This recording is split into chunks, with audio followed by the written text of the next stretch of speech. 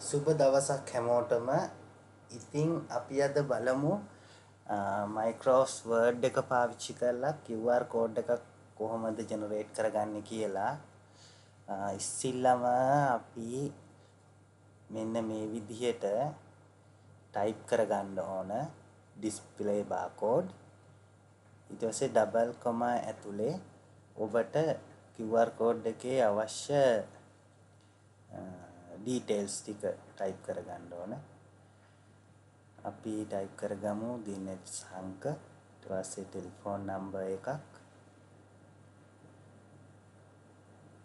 ඊට පස්සේ email address එකක්.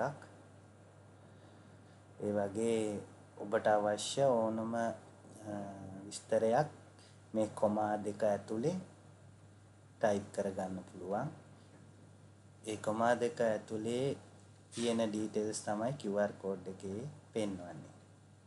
ඊට පස්සේ මේ වගේ කොමා වලින් වහ ගන්නවා.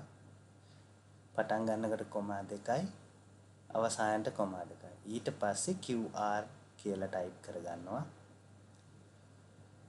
ඊට පස්සේ select කරගන්න ඕන සියලුම දත්ත ටික.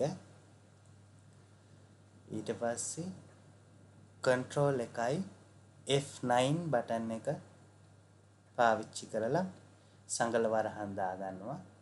ඊට පස්සේ ඒ උඩ right click කරලා මෙන්න මේ ආකාරයට QR code එක ජෙනරේට් කරගන්න පුළුවන්. ඉතින් බොහොම ස්තුතියි.